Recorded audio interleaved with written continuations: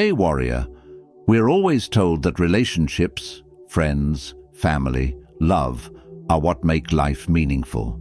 That being loved and loving back is the key to happiness. But what if those same relationships start to chip away at your peace?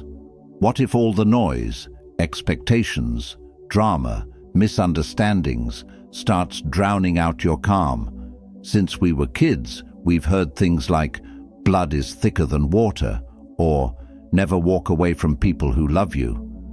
But nobody really talks about how heavy it can feel to stay connected to someone who drains your spirit instead of lifting it. The truth is, in today's world, it's easy to confuse love with attachment, connection with obligation, loyalty with losing yourself. But here's the thing, your peace matters more than any bond that costs you your sanity. Stoic wisdom puts it perfectly. Epictetus said, "We suffer not from events themselves, but from our judgment about them." And often, it's not the fight, the breakup, or the misunderstanding that hurts most. It's the stories we tell ourselves about it, the judgment, the mental noise, and sometimes that noise comes wrapped in love, or what looks like it. In this video, I'm sharing 9 lessons on why choosing peace over certain relationships isn't weakness. It's not giving up, it's choosing you. Because growth, it's not always about adding more. Sometimes it's about letting go of what no longer fits who you're becoming. So, if you're ready to protect your peace without guilt, stay with me. And if this hits home, drop this in the comments. My peace is not up for sacrifice. Before we dive in, hit like and subscribe so you don't miss what's next in this journey. Let's get into it. Number 1, peace is not isolation, it's alignment. Let's talk about something a lot of people get wrong. When you choose peace, people assume you're cutting yourself off, like you've gone cold, distant, or that you're trying to live on some emotional island. But here's the truth. Peace isn't isolation, it's alignment. It's not about shutting the world out. It's about getting clear on what and who deserves access to your energy. It's about putting your time, your heart, your attention into people and spaces that feel right, that feel safe, that feel like home. Epictetus said, "Wealth consists not in having great possessions, but in having few wants." That applies to relationships too. Peace isn't about cutting off everyone. It's about being selective, knowing your energy is sacred and not everyone gets a seat at your table. Think of a river. A peaceful river doesn't isolate itself. It flows. It nourishes what it can, and it naturally avoids what might block or pollute it. That's alignment. And when you're aligned, something powerful happens. The right people just start showing up. You stop attracting chaos. You stop chasing people who only respond when there's drama. And instead, you start magnetizing calm, people who get you, respect you, uplift you. You stop forcing things. You stop begging people to love you the way you need to be loved. You stop shrinking yourself to fit into broken dynamics. Because here's the truth. Real love shouldn't feel like a war. It shouldn't feel like you're constantly proving your worth just to be seen or heard. Peace teaches you that love, real love, is gentle. It supports you. It softens you. It doesn't drain you. And the more aligned you are, the more space you create. Space to grow, space to breathe, space to become the version of you that doesn't need chaos to feel connected. You stop walking on eggshells. You stop managing other people's moods like it's your job. And for the first time in a long time, you get to put that energy back into yourself. And yes, some people won't like that. They'll say you've changed. They'll try to guilt you back into their drama. But that's not on you. Just like trees have to let go of old leaves to make room for new growth, you may have to let go of certain people to make space for who you're becoming. And that's not cruel, that's clarity. Choosing alignment over people-pleasing, That's how you finally realize being alone isn't scary. What's scary is being surrounded by people and still feeling alone. You start enjoying your own company, you find strength in solitude, and you realize you're not lonely, you're just no longer leaking energy. That shift, it ripples into every part of your life. Your focus sharpens, your goals get clearer, your confidence grows, and the people who truly belong in your life, they won't be threatened by your peace. They'll honor it because they've found theirs too. Drop this in the comments if it resonates. I am not lonely, I am in alignment. Number 2, peace begins where people-pleasing ends. From a young age, many of us are conditioned to seek approval. We smile even when we're hurting. We agree just to avoid conflict. We say yes when every fiber of our being wants to say no. But let me ask you this. How many times have you betrayed your own peace just to be liked, loved, or understood? Seneca, another great Stoic philosopher, said, "If you live in harmony with nature, you will never be poor. If you live according to what others think, you will never be rich." What he meant is this: the richness of life isn't found in how others see you. It's in how you see and accept yourself. And people-pleasing strips that away. It's one of the quietest, most overlooked forms of self-abandonment. You don't even realize you're doing it until your peace is gone. You wake up one day exhausted, not from physical labor, but from emotional performance. Pretending to be fine, pretending to be easygoing, pretending to not care. Choosing your peace means you stop performing. You stop asking, will they still love me if I say this? And start asking, will I still love myself if I don't? It's not selfish, it's self-honoring. When you stop pleasing people at the expense of your truth, some will call you difficult, others will call you selfish. But the right people, the ones who genuinely care, will call you real. And here's the truth. You were not born to constantly manage other people's comfort while neglecting your own inner peace. You were not born to water down your voice to avoid someone else's drought. Choosing your peace over the habit of people-pleasing may feel scary. You might fear losing connections, approval, even love. But what you gain is priceless. You gain respect for your own boundaries.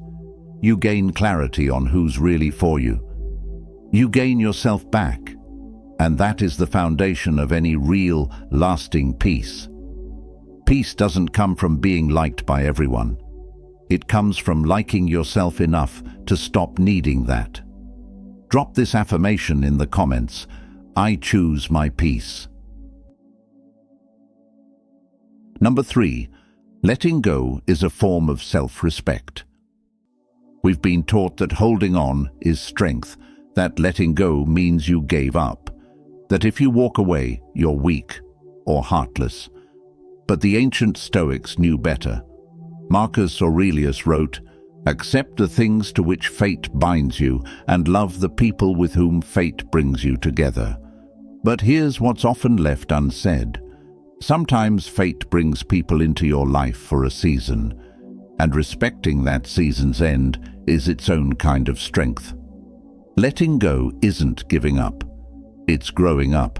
It's the moment you realize, I can love someone and still choose peace. I can honor what we had and still protect what I need. I don't have to stay to prove I cared. That's not abandonment, that's evolution. Because when a relationship starts draining your energy, disrespecting your boundaries, or making you shrink just to survive it, staying isn't loyalty. It's loyalty to your own suffering. Real self-respect means asking, why am I holding on to something that's hurting me? And then having the courage to let go without guilt. We often hold on because we've been made to believe we're responsible for other people's happiness. But here's your freedom. You are not responsible for fixing anyone, not their moods, not their wounds, not their growth. Your only responsibility is you, your energy, your peace, your truth. Letting go with self-respect means you don't need to make a dramatic exit. You don't need to explain yourself to people who never tried to understand you. You can just step back, quietly, clearly, without shame, because your peace doesn't need their permission. And sometimes the hardest part isn't letting go of the person. It's letting go of the fantasy version of them, the potential, the maybe one day, the version you saw in your heart, not in their actions. But self-respect means believing people the first time they show you who they are, and knowing when it's time to stop rewriting the story. Letting go doesn't make you bitter, it makes you clear. It means you can wish someone well and still keep them out of your life. You can hold the lesson without holding the weight. And that space, the one that opens up when you finally release what's been heavy for too long, that's sacred. That's the space where peace returns, where better relationships begin, where you come back to life, because you can't receive what's meant for you if your hands are still full of what's hurting you. Letting go with self-respect also means listening to your gut. If a relationship constantly makes you feel anxious, unseen, or like you're walking on eggshells, that feeling, that's information. Trust it. Sometimes letting go means ending it completely. Sometimes it just means stepping back, changing the rhythm, or loving someone from afar. There's no one-size-fits-all way to let go. But there is a wrong way, holding on when your soul is already halfway out the door. And the most beautiful part? When you finally let go of what's not aligned with your worth, you make room for what is. You begin to attract people who see you, who respect your boundaries because they have their own, who don't need you to shrink to be loved. So, if this speaks to your soul, let it land. Let go, not with anger, but with self-respect. Drop this in the comments if you're ready to release. Letting go is how I honor myself. Number 4. Some distances are acts of love. Love doesn't always look like closeness. Sometimes the most loving thing you can do for someone, and for yourself, is to create distance. This is one of the hardest truths to accept, because we've been conditioned to believe that love means staying, fighting, and never giving up. But the Stoic philosopher Epictetus taught us, no one can hurt you without your permission. Sometimes loving someone means not giving them permission to hurt you anymore, even if that means loving them from far away. There's a difference between abandoning someone and creating healthy distance. Abandonment is running away from responsibility and care. Distance, when chosen mindfully, is actually taking responsibility for your own well-being while still holding love in your heart. It's recognizing that you can wish someone well without being in their direct line of fire. Think about a parent bird teaching its young to fly. At some point, the parent must step back and let the baby bird try on its own. This isn't cruelty, it's necessary for growth. Sometimes our relationships need this same kind of space. Some people in our lives need to learn lessons that they can't learn while we're constantly rescuing them, enabling them, or absorbing the consequences of their choices. Distance as an act of love also protects the other person from the worst version of yourself. When you're constantly triggered, frustrated, or drained by someone, you're not showing up as your best self in that relationship. You might become reactive, resentful, or passive-aggressive. By creating space, you're preventing yourself from saying or doing things that could cause permanent damage to the connection. The ancient Stoics understood that we cannot control other people's actions, but we can control our responses. Sometimes the most controlling response is to remove yourself from situations that bring out parts of your personality that you don't respect. Distance isn't just protecting you from them, it's protecting them from a version of you that isn't aligned with your values. This kind of loving distance is especially important in family relationships, where cutting ties completely might not be possible or desired. You can love your family members while still limiting your exposure to their dysfunction. You can show up for important events while declining to participate in the daily drama. You can offer support without sacrificing your peace. Creating distance also gives relationships room to breathe and potentially heal. Sometimes people need to miss you to appreciate you. Sometimes they need to experience the natural consequences of their behavior without you there to soften the impact. Your absence might be exactly what they need to recognize patterns they couldn't see while you were enabling or enduring them. The guilt that comes with choosing distance is often intense, especially if you're naturally empathetic or have been trained to prioritize others' needs above your own. But guilt is not always an indicator that you're doing something wrong. Sometimes guilt is just the feeling that comes with breaking old patterns and choosing yourself for the first time. Distance as love means you stop trying to save people who aren't asking to be saved. It means you stop trying to love people into changing. It means you stop believing that your sacrifice will somehow inspire their transformation. Real love sometimes means letting people experience the full weight of their choices without you there to catch them every time they fall. This doesn't mean you become cold or uncaring. You can still send birthday wishes, offer prayers or positive thoughts, and remain open to reconciliation if genuine change occurs. But you do it all from a safe distance that protects your peace and preserves your well-being. The most beautiful outcome of loving distance is that it creates space for both people to grow. When you're no longer caught up in the daily dysfunction, you can work on yourself, heal your own wounds, and become the person you're meant to be. And sometimes, from that healed place, you might find that the relationship can be rebuilt on a healthier foundation. Drop this affirmation in the comments. Distance can be love. Peace is my choice. Number 5. Peace teaches you the power of saying no.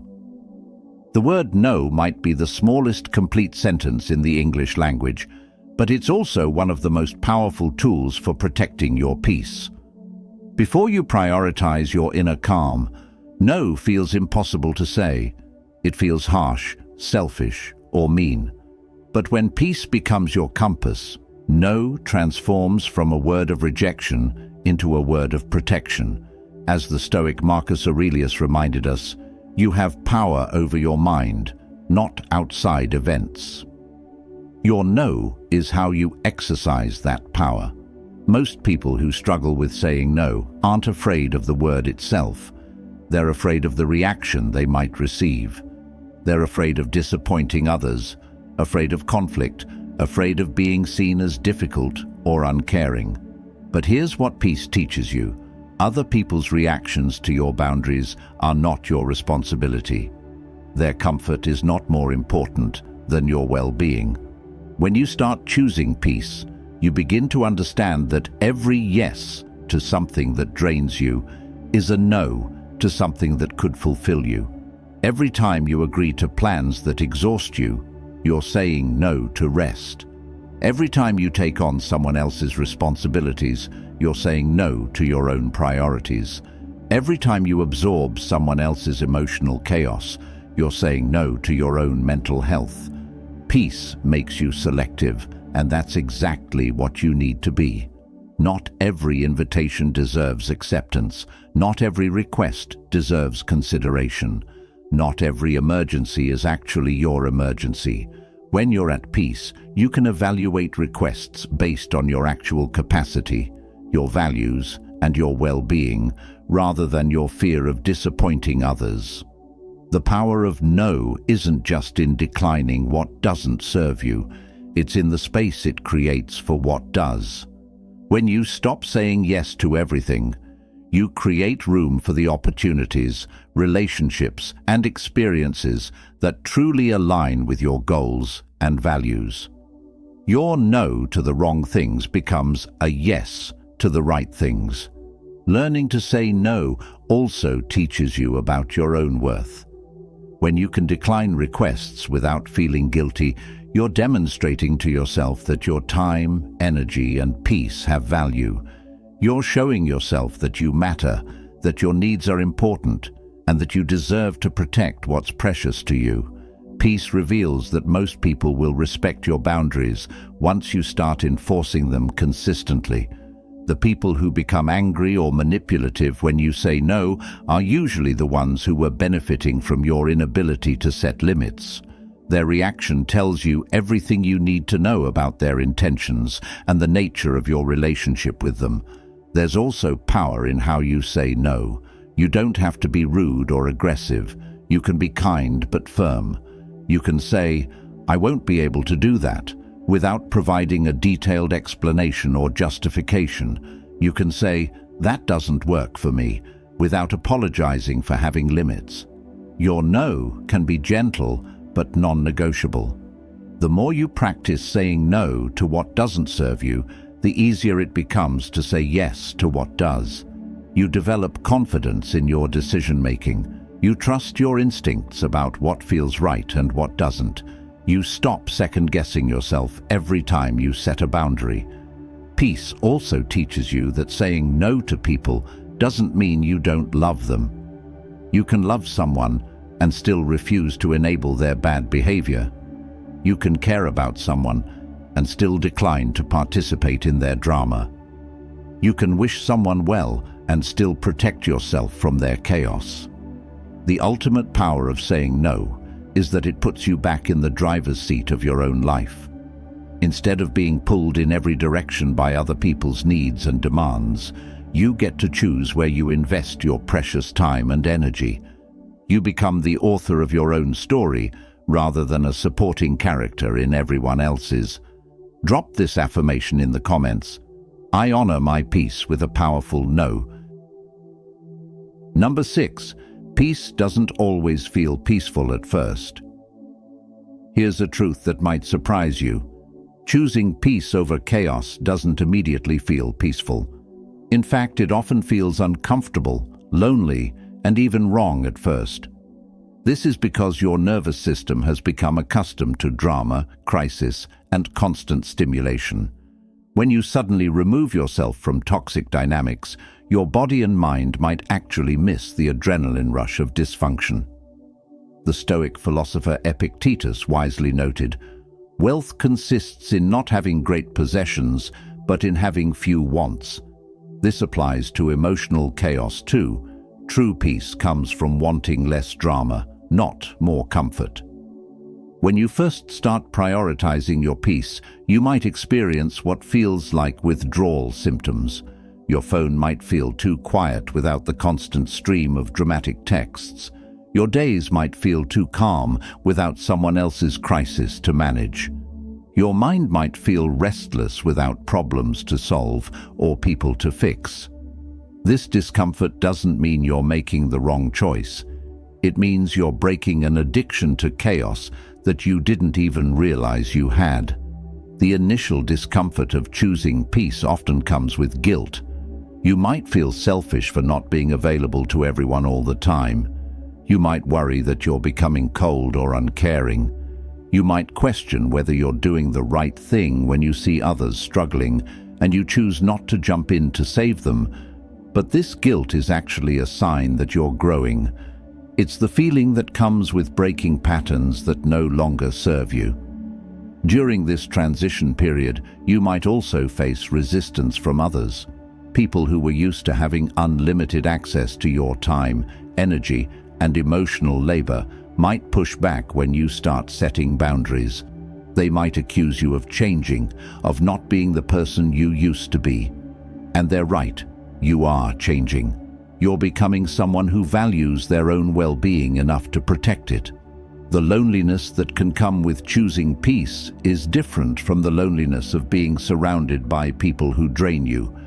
When you were caught up in dysfunctional relationships, you felt lonely even when you weren't alone because those connections weren't nourishing your soul. The loneliness of peace is cleaner. It's simply the absence of the right people rather than the presence of the wrong ones. This temporary discomfort is actually your psyche adjusting to a new normal. Just like your eyes need time to adjust when you move from a dark room into bright light, your emotional system needs time to adjust to the brightness of peace after living in the darkness of chaos. The adjustment period is necessary and temporary. You might also find yourself questioning your decision during quiet moments.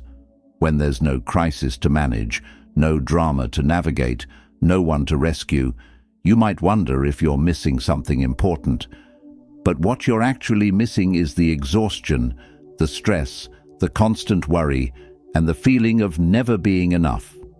What you're gaining is space to discover who you are when you're not defined by other people's problems. The discomfort of early peace also comes from having to face yourself without distractions. When you're not constantly focused on fixing everyone else, you have to look at your own life, your own goals, your own needs. This self-reflection can be uncomfortable if you've been avoiding it by staying busy with other people's issues. But here's the beautiful truth. The discomfort is temporary, but the peace is lasting. As you continue to prioritize your well-being, the guilt fades, the loneliness transforms into solitude, and the quiet becomes a sanctuary rather than a source of anxiety. You begin to appreciate the calm. You start to treasure the absence of drama. You realize that boring is actually beautiful when the alternative is chaos. The peace that felt foreign at first begins to feel like home. Your nervous system settles into this new rhythm. You discover that you actually prefer the gentle flow of a peaceful life to the exhausting roller coaster of dysfunctional relationships. What once felt uncomfortable becomes your new comfort zone, a much healthier one. Drop this affirmation in the comments. Even when it's hard, I choose peace. Number 7.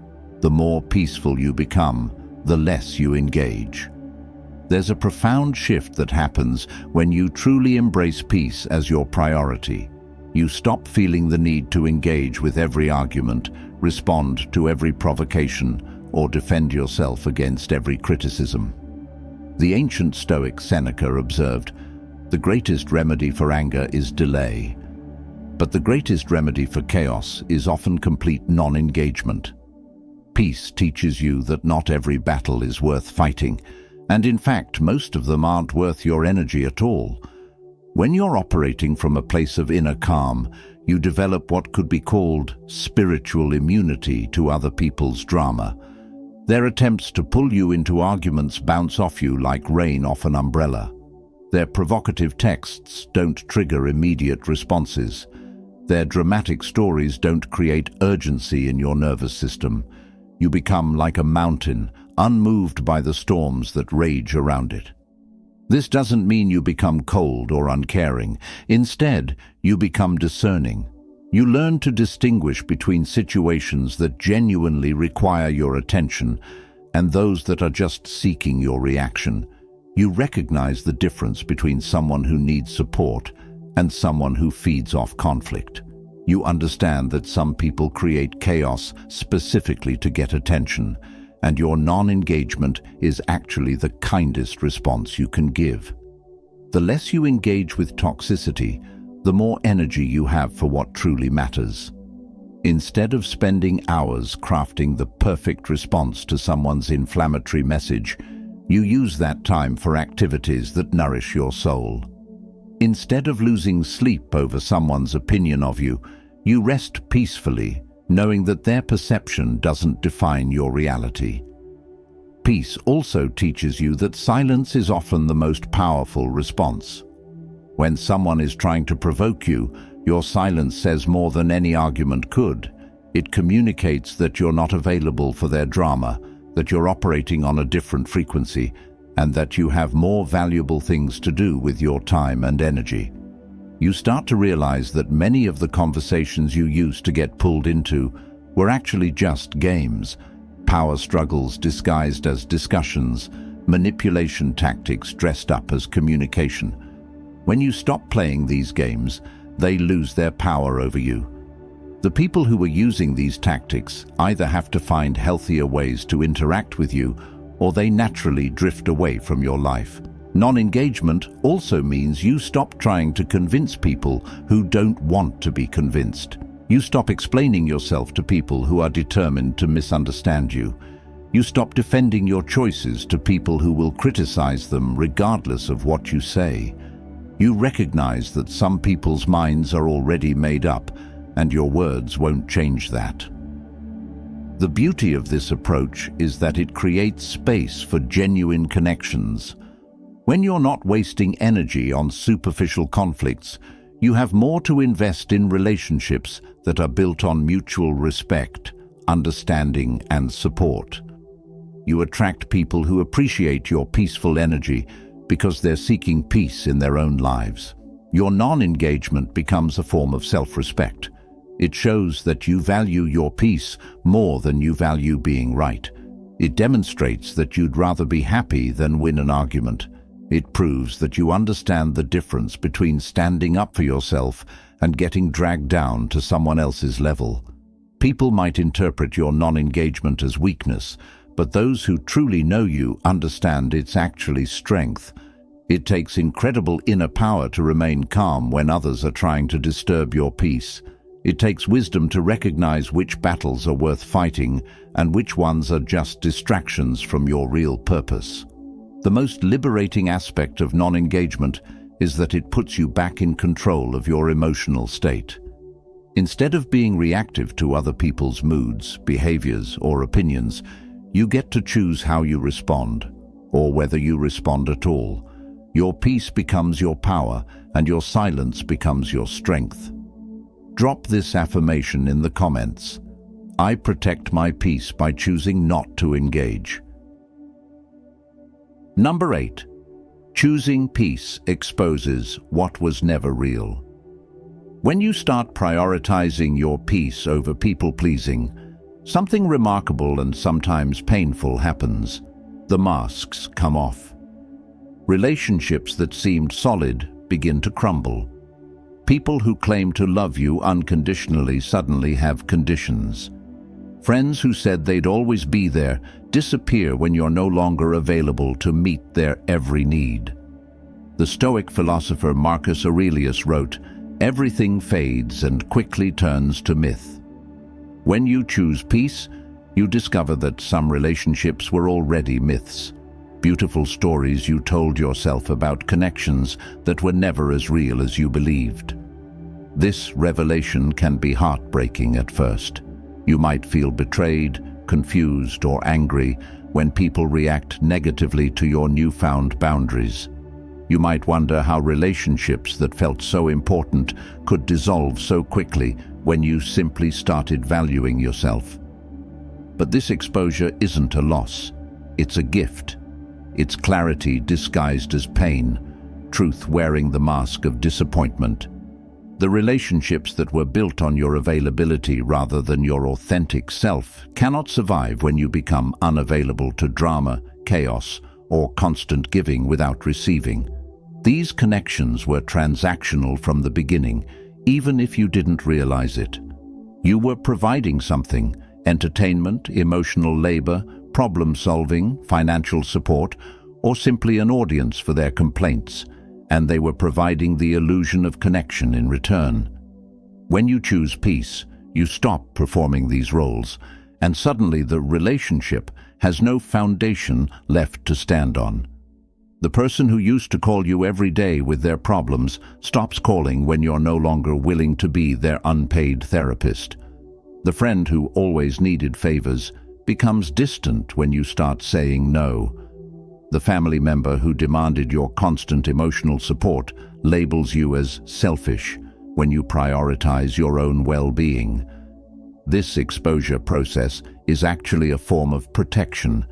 It reveals who was genuinely invested in your happiness and who was just comfortable with your sacrifices.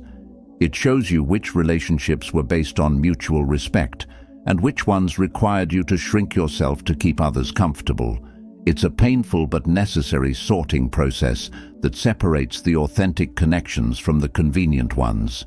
Real relationships don't fall apart when you start taking care of yourself. Genuine friends celebrate your growth, even when it means they have less access to you. True family members want you to be happy and healthy, even if it requires them to adjust their expectations. Authentic love doesn't punish you for having boundaries, it respects them. The people who remain in your life after you choose peace are the ones who were there for the right reasons all along. They didn't need you to be constantly available, endlessly giving, or perpetually struggling to feel connected to you. They loved you for who you were, not what you could do for them. These relationships often become deeper and more meaningful once the superficial dynamics are stripped away. Sometimes the exposure reveals that certain relationships were held together by shared dysfunction rather than genuine compatibility. You might realize that you and certain people only connected when you were both in crisis, complaining about your lives, or bonding over mutual struggles.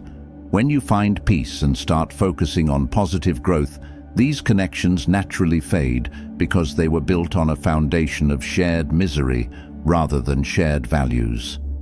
The exposure process also reveals your own patterns. You might discover that you were attracted to people who needed fixing because it made you feel valuable.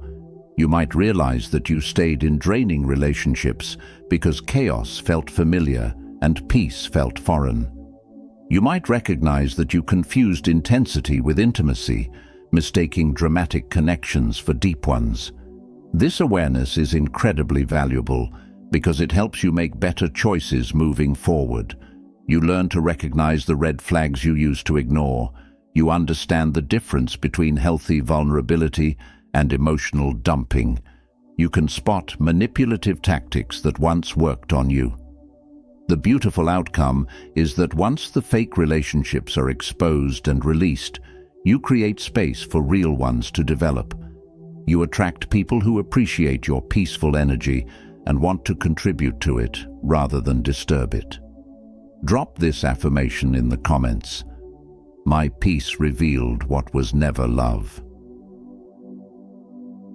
Number 9. Peace is the beginning of a whole new life. Choosing peace over toxic relationships isn't just about ending what's not working, it's about beginning what's possible. When you finally prioritize your inner calm over external chaos, you don't just change your relationships, you change your entire life trajectory. The ancient Stoic Epictetus taught, "No one can hurt you without your permission." But here's what he didn't say directly. When you stop giving people permission to disturb your peace, you give life permission to surprise you in the most beautiful ways.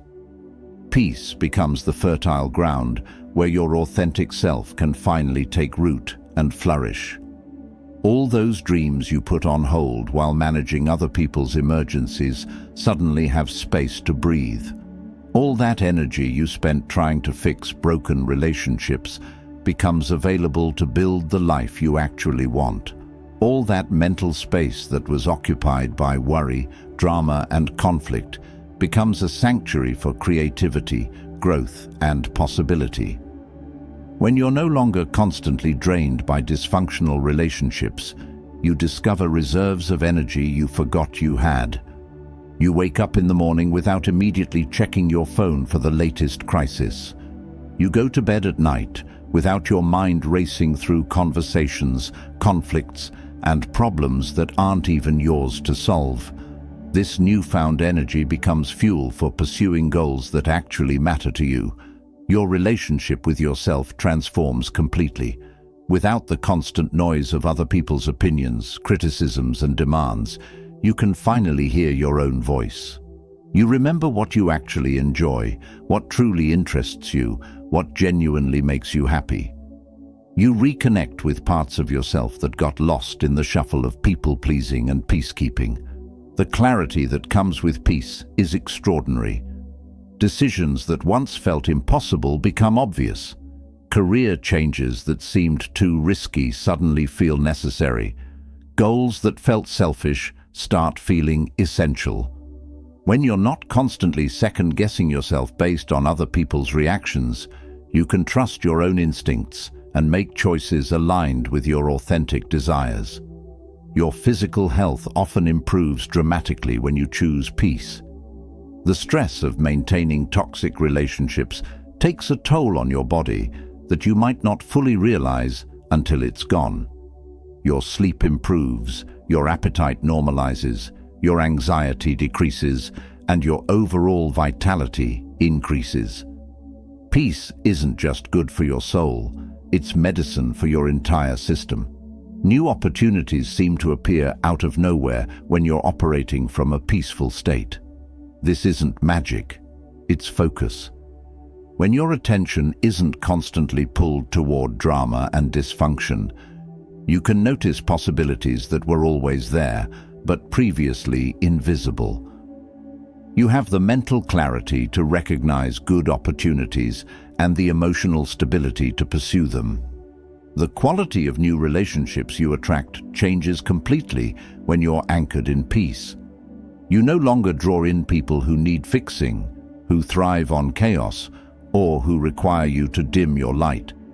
Instead, you magnetize individuals who appreciate calm, who contribute to your well-being, and who inspire you to grow. These connections feel different, easier, more supportive, more reciprocal. Your goals become more authentic and achievable when they're not influenced by other people's expectations or fears. You stop pursuing things to prove your worth to people who will never be satisfied anyway. You start pursuing things because they genuinely excite you, align with your values, or contribute to your growth. Peace also opens you up to experiences you never allowed yourself to have. Maybe you finally take that art class you've been putting off. Maybe you start that business you've been dreaming about. Maybe you travel to that place you've always wanted to see. When you're not constantly managing other people's emotions, you have permission to prioritize your own experiences. The most beautiful part of this new life is that it feels sustainable. Unlike the exhausting cycle of toxic relationships, peace creates more peace. Healthy choices lead to healthier outcomes. Good boundaries attract respectful people. Self-care increases your capacity for genuine care of others. This new life isn't perfect, but it's yours. It's authentic, aligned, and full of possibilities that were waiting for you to create space for them. Drop this affirmation in the comments. My peace is the beginning of my becoming. Choosing peace over a relationship, a habit, a pattern, or a history is not easy. But it's always worth it. You're not choosing loneliness. You're choosing clarity. You're not choosing coldness. You're choosing emotional safety. You're not walking away because you don't care. You're walking away because you finally do, about yourself, your well-being, your worth. Ancient Stoic wisdom teaches us that we are only as strong as the thoughts we allow and the emotions we manage, that our outer life will always reflect the state of our inner world, and in a world that rewards noise, speed, and overextension, choosing peace is a radical act of courage. You've earned the right to rest, to breathe, to exist without being constantly triggered or tested. And yes, it will change you, but it will also reveal you. So, here's your final reminder. You are not wrong for wanting peace. You are not broken for walking away. You are not weak for letting go. You are wise, you are healing, you are becoming, and peace is your birthright. If this video touched something deep in you, don't keep it to yourself. Like it. Leave final affirmation in the comments. I am at peace, and that is enough. Share it with someone who needs to hear that they're allowed to choose peace, and subscribe to the channel for more soul-centered truth and healing, because you don't have to fight for your peace anymore. You just have to stop fighting against yourself.